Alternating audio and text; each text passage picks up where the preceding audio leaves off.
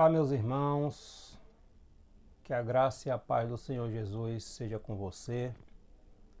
Hoje iremos tratar sobre as histórias e as poesias falam ao coração.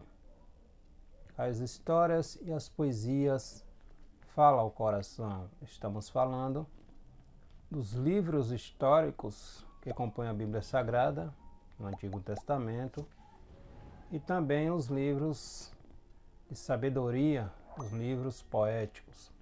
Estamos falando de escola bíblica dominical, lição de adulto desse primeiro trimestre, a supremacia das escrituras.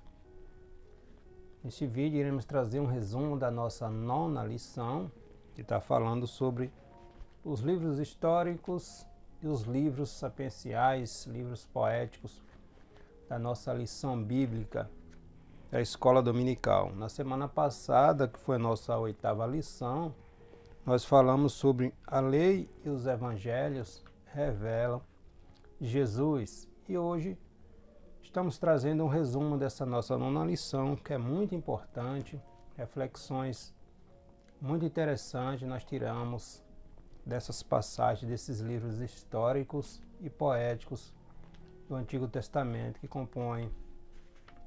faz parte do cânon sagrado do Antigo Testamento. O nosso texto áureo está lá nos Salmos 119, verso 107. Pontua assim: estou aflitíssimo, vivifica-me, ó Senhor, segundo a tua palavra. A nossa verdade prática diz que os livros históricos e poéticos mostram a soberania e a sabedoria divina. O relato dessas verdades produz fé e esperança em nossos corações.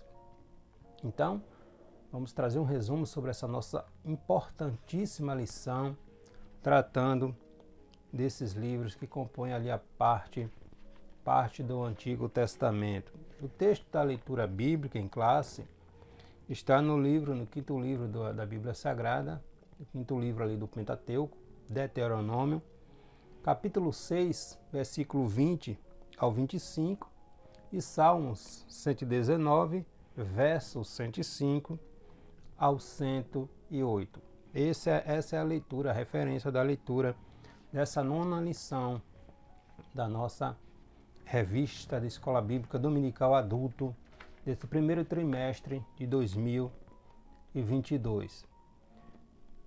Deixe seu like em nosso vídeo, compartilhe, deixe seu comentário, ative o sininho de notificação e siga o nosso canal.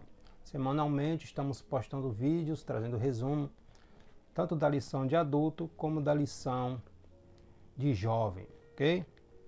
Vamos à nossa lição.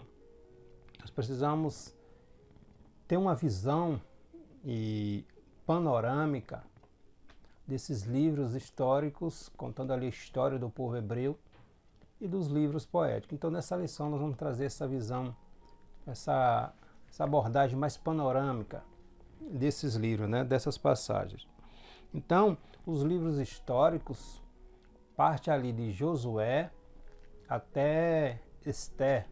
São 12 livros chamados históricos, né, que vai tratando ali da história do povo de Israel, principalmente após a entrada na terra de Canaã, possuir a terra de Canaã, até ali após o cativeiro, né, quando o povo voltou da Babilônia. E os livros poéticos, que vai de Jó, começa ali a partir de Jó, vai falar da sabedoria, a poesia, né? Jó, Salmos, Cantares, Eclesiastes, são livros que têm uma visão, uma abordagem um pouco diferenciada dos livros históricos, que os livros históricos são narrando ali a história do povo na Terra Prometida. Então, nós vamos destacar nesta lição as narrativas dos livros de Josué e Juízes, apresentar os reis que sucederam ali, né? Tomaram a frente ali das duas nações, que foi dividida após a morte de Salomão. Reino do Norte, também conhecido como Israel, e Reino do Sul, também conhecido como Judá. Conhecer a estrutura e característica literária dos livros poéticos e de sabedoria, e mostrar os princípios práticos que nós aprendemos nesses livros para a nossa vida, para a nossa caminhada cristã. A nossa lição está dividida em introdução, primeiro, segundo e terceiro tópico. O primeiro tópico falando da história do Antigo Testamento.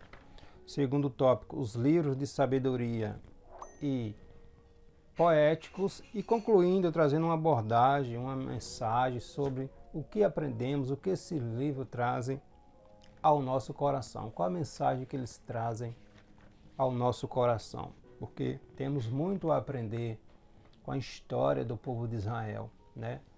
O que devemos fazer e o que devemos evitar. Então nós aprendemos com a história do povo hebreu. A nossa introdução pontua que a Bíblia faz uso de gêneros literários para expressar a revelação divina, né? As histórias do povo de Deus, e os livros históricos servem de literatura, que são chamados narrativa, né? Porque está narrando a história do povo. E os livros poéticos de sabedoria, que recorrem mais aos textos líricos, né? Com o propósito de despertar sentimentos e reflexões profundas em nossos corações. Okay? O nosso primeiro tópico pontua a história do Antigo Testamento, que após ali a morte de Moisés, que foi o líder que Deus levantou ali para tirar o povo do Egito, o povo de Israel do Egito. Após a morte de Moisés, Josué sucedeu. Josué tomou a direção ali, Deus colocou Josué na direção do povo, e foi com Josué que o povo atravessou ali o Jordão, chegou ali no território de Gilgal, já do lado ali da terra de Canaã, e deu seguimento à conquista da terra de Canaã, a terra prometida, né? As gerações seguintes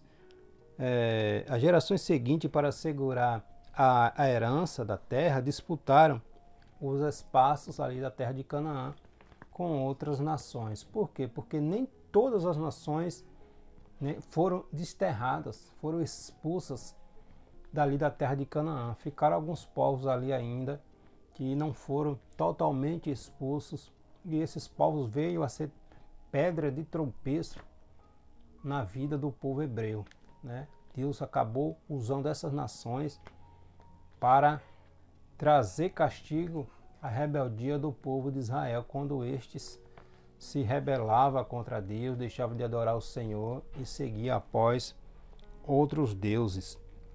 Os registros dessas experiências com Deus e da posse da terra são chamados livros históricos, né? Que vai ali de Josué até segundo as Crônicas, porque Esdras, Neemias e Esté já vai tratar um pouco ali depois do cativeiro, o povo voltando para a terra da Palestina novamente, né?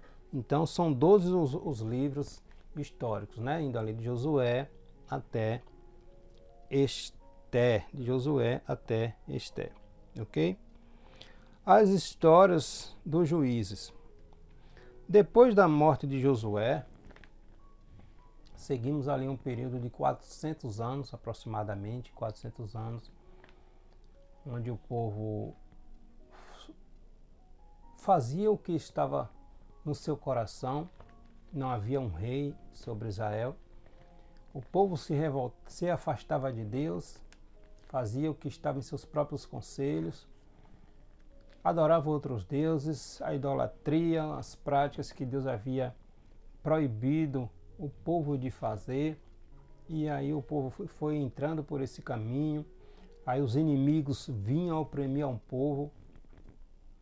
O povo clamava a Deus. Deus levantava um juiz. O primeiro juiz de Israel foi Otniel, sogro de Caleb. Caleb é um daqueles 12 espias que Josué tinha mandado espiar a terra, e Otniel casou com a filha de Caleb, Axa, e Otniel foi o primeiro juiz ali nesse período aí dos juízes ali de Israel.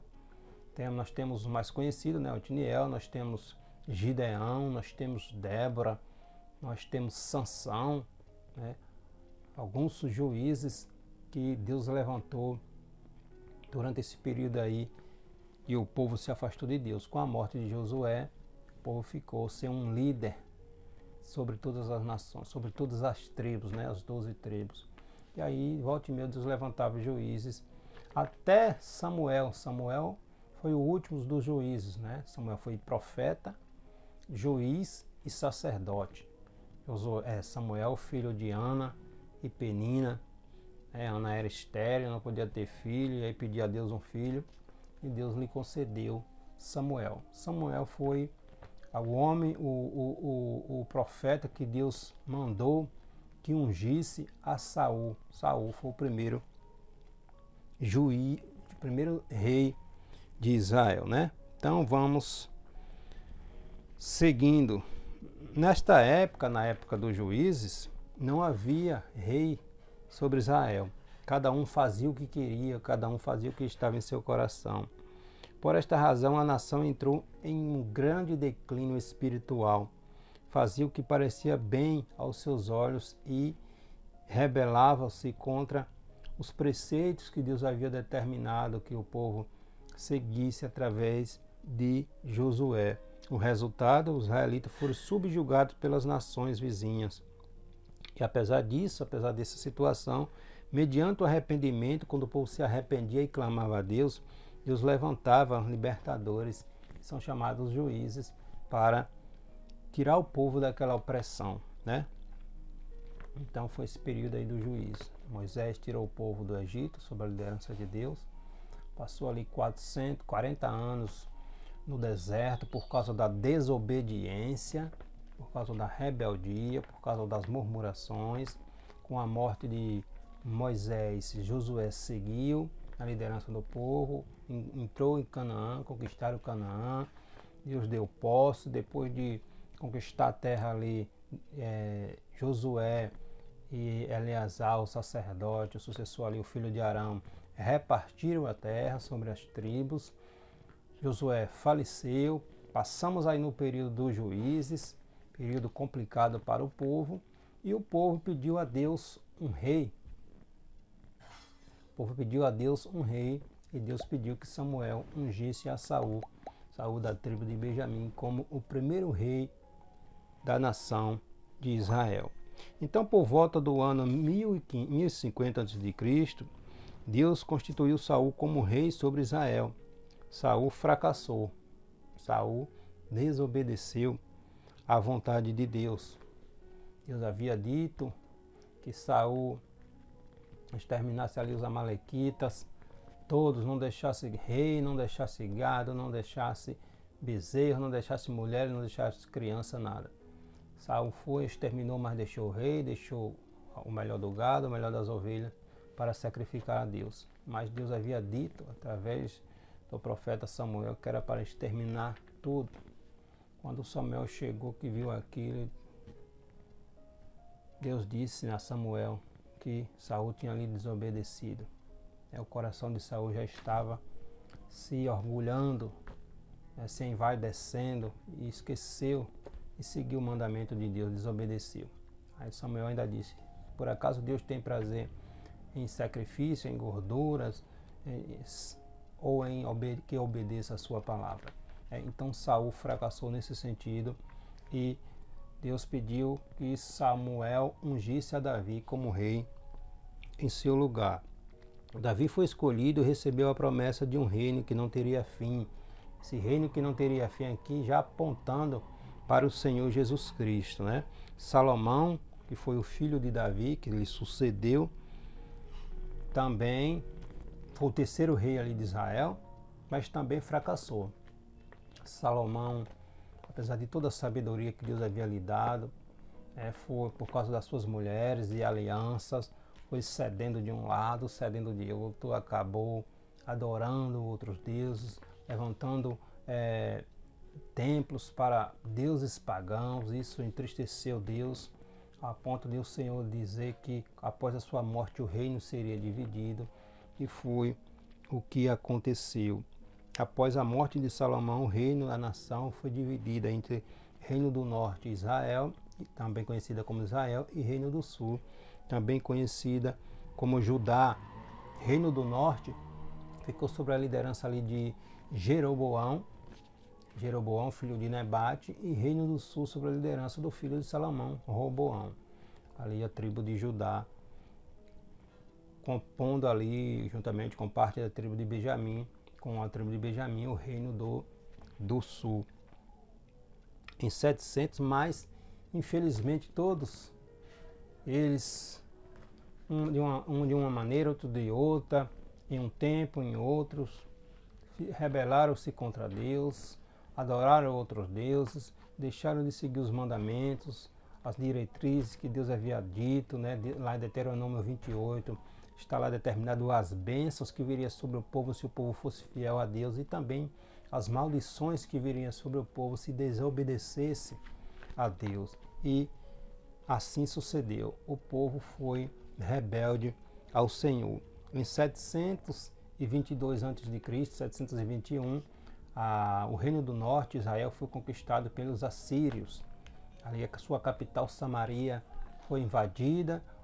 O rei da Síria levou os moradores de Samaria, do reino de Israel, ali para outras nações, e trouxe povos de outros países para ocupar o território samaritano, ali Samaria. Dali virou uma mistura, dali se originou os samaritanos. E em 586 a.C., também o Reino do Sul, Judá, também passou a ser subjugado pela Babilônia.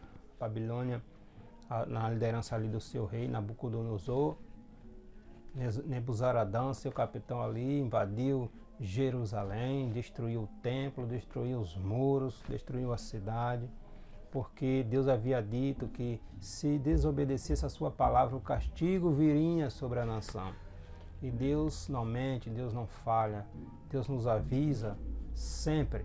Gálatas capítulo 6, versículo 7, está escrito: não se deixe escarnecer, Deus não se deixa escarnecer, ninguém zomba de Deus. Deus avisa, Deus avisa, Deus avisa. Mas tudo que o homem planta, o homem colhe.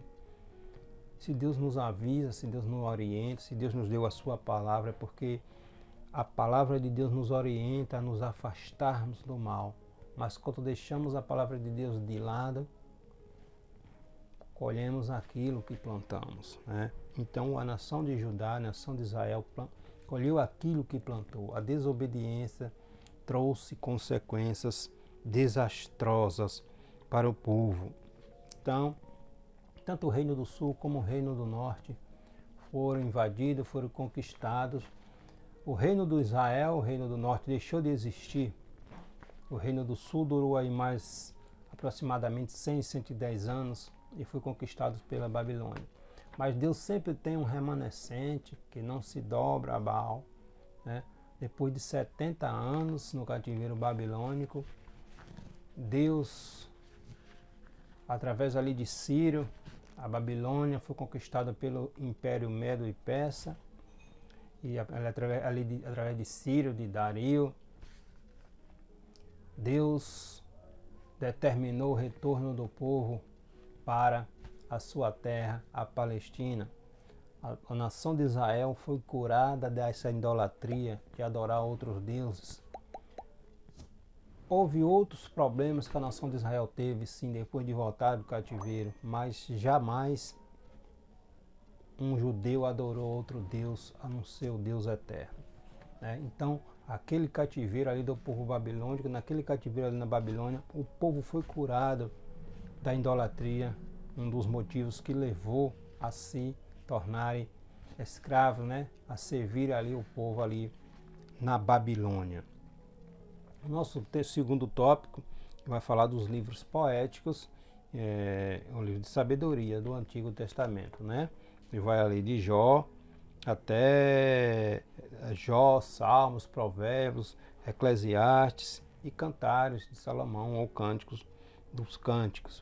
São 5 os livros do Antigo Testamento chamados de livros sapienciais, livros de sabedoria e poéticos, porque assinam a sabedoria por meio da poesia e da prosa.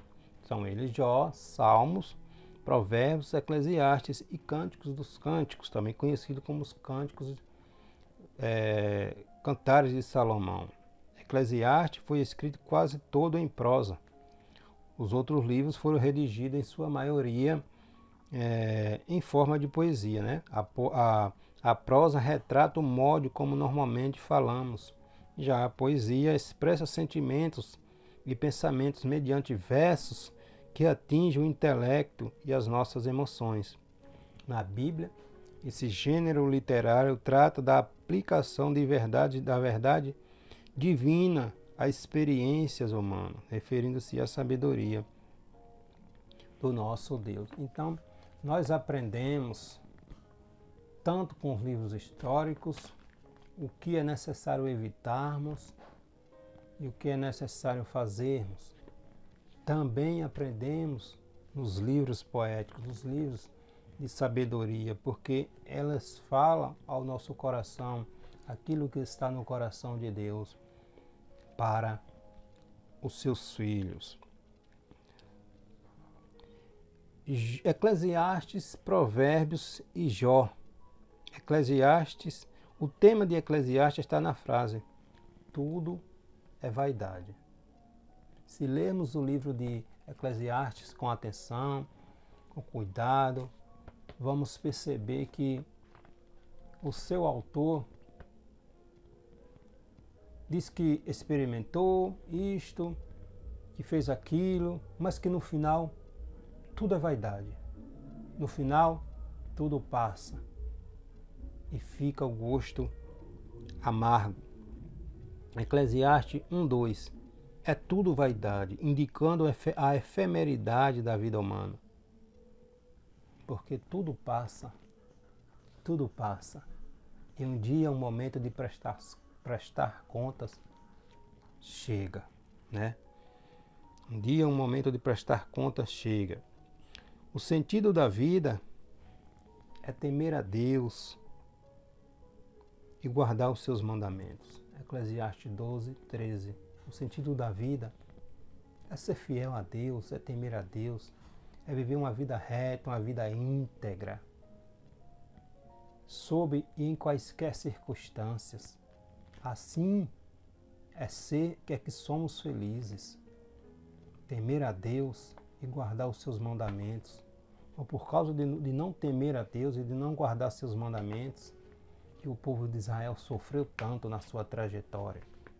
Tantos foram destruídos, exterminados, por causa da desobediência, por causa da falta do temor e do tremor ao Senhor Deus. Então, a Bíblia Sagrada nos ensina muita coisa, né? Provérbios, o tema de Provérbios afiança que o temor do Senhor é o princípio da sabedoria. Provérbios capítulo 1, versículo 7. Temer a Deus e afastar-nos do mal. O princípio da sabedoria é temer a Deus e nos afastar do mal. Temer a Deus e nos afastar do mal. Este é o tema de Provérbios, nos ensinando que observar os princípios divinos nos faz pessoas sábias. O escritor enfatiza que uma pessoa temente a Deus é digna de ser honrada. Uma pessoa que teme a Deus não entra em embaraços, né? Jó é o livro do sofrimento, mostrando que a dor às vezes não é racional, mas que é preciso sempre confiar em Deus. Apesar das circunstâncias, Jó não compreendia o motivo do seu sofrimento. Ele era um homem reto diante de Deus, um homem justo, que fazia tudo para evitar e desobedecer a Deus. E veio aquele infortúnio, aquele episódio sobre a vida dele. Mas no final Jó teve vitória. Então, ainda que venha o sofrimento, que venha a dor, quando somos fiéis a Deus, não estamos sozinhos, porque Deus está conosco, né? Salmos em hebraico significa louvor e sinaliza que a mensagem principal do livro é louvor, oração e adoração ao nosso Deus. Também é um livro que nos instrui, porque nos mostra como servir a Deus e ainda nos fala profeticamente acerca do Senhor Jesus Cristo, o Messias esperado, né? Então, nesse aspecto, considera-se como verso principal chave, o versículo principal chave de Salmos, que é Salmos 29, verso 2. Dai ao Senhor a glória devida ao seu nome. Adorai o Senhor na beleza da sua santidade. E a cantares, ilustra o compromisso e a intimidade e o amor que deve existir no casamento. E seu versículo chave é: eu sou do meu amado e meu amado é meu. Observe como aprendemos com a Bíblia Sagrada. Como aprendemos, como Deus nos ensina sobre cada ponto da nossa vida, cada situação. A Bíblia Sagrada nos ensina, nos mostra a maneira de vivermos glorificando a Deus. E o nosso terceiro tópico fala a mensagem que esses livros trazem ao nosso coração. A Bíblia descreve o que Deus fez na vida das pessoas e por meio delas. Deus conduziu Josué através do Jordão, favoreceu o acesso à terra prometida ao seu povo, levantou as nações para punir Israel quando esta se afastava de Deus, mas Deus sempre deu uma maneira de evitar a extinção do seu povo. Deus sempre deu uma maneira de evitar a extinção do seu povo, sempre tratou desta maneira. Sempre existiu aqueles que não se dobraram aos líderes, aos ídolos, aos sacrifícios pagãos, não se deixou levar pela idolatria, pela influência das nações vizinhas. Sempre existiu aqueles que foram fiéis a Deus, e é destes que Deus sempre conta. Ele resgatou os seus remanescentes da Babilônia, conforme a promessa feita a Davi, que sempre existiria um que sentaria no seu trono. E essa promessa, isso cumpriu-se no Senhor Jesus Cristo, né? Nosso coração deve aquietar-nos, porque Deus é soberano. Deus é soberano diante de pandemia, diante de guerras, diante de tanta situação. Nosso Deus é soberano, Ele está no controle de todas as coisas. Ele age na história e nada acontece fora da sua permissão e fora da sua vontade. Glorifiquemos a Deus por isto, né? Deus é a fonte de sabedoria e o propósito da sabedoria é sempre agradar ao nosso Deus. Devemos andar retamente porque adoramos, agradamos ao nosso Deus. Devemos fugir da idolatria, da luxúria, da vaidade exacerbada, porque isso glorifica a Deus. Devemos deixar de ser preguiçosos, porque a preguiça não glorifica a Deus. Devemos manter a boa reputação em nossa sociedade, em nossa comunidade, dando o exemplo, porque através da nossa conduta, da nossa maneira de viver, de nos portarmos, o nome do Senhor é glorificado e outros vêm a Cristo através do nosso testemunho de vida.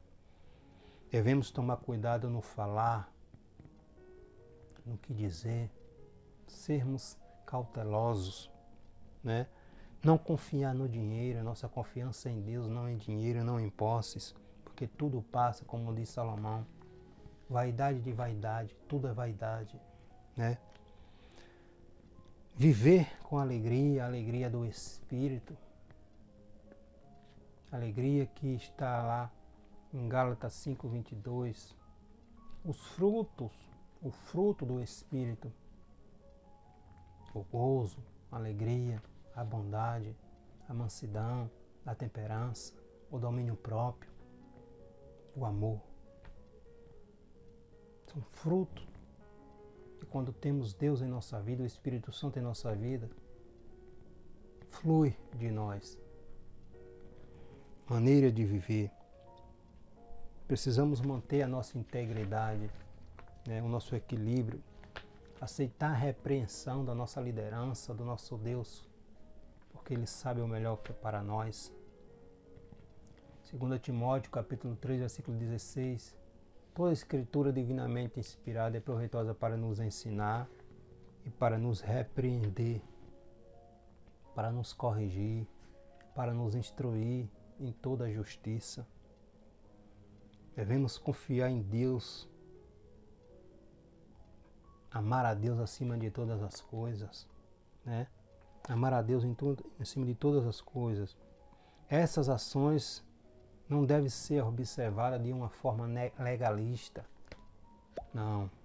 Deve brotar do nosso coração o toque divino, o amor, o fruto do Espírito deve brotar em nosso coração para glorificar a Deus. Os salmos possuem a peculiaridade de expressar as mais profundas emoções do coração humano. O medo, a angústia, a tristeza, a segurança, a força, a alegria. Também reflete o ideal divino de espiritualidade e adoração. Devemos confiar em Deus. Devemos confiar em Deus. O coração que glorifica a Deus. O coração agradecido a Deus. Aleluia. O coração arrependido que se volta para Deus. Tudo isso o Salmo nos ensina. A fim de manter a verdadeira adoração em todas as circunstâncias da vida. O salmista descreve a conduta por ele adotada. Salmo 119:11. Escondi a tua palavra no meu coração para não pecar contra ti. Então, é isto que a Bíblia nos ensina, a viver de maneira que glorifique a Deus, porque somos povo seu. A experiência do povo de Deus na conquista e posse da terra prometida aponta para a soberania divina. O texto bíblico, em prosa e poesia, revela a sabedoria divina que deve ser aplicada em nosso viver diário. Essa mensagem alegra o nosso coração, serve de bom remédio e conserva o saudável e bom espírito, alma e corpo. Provérbios 17:22. Amém? Essa é a nossa lição de hoje. Amém? Deus em Cristo te abençoe e te guarde. Até a próxima.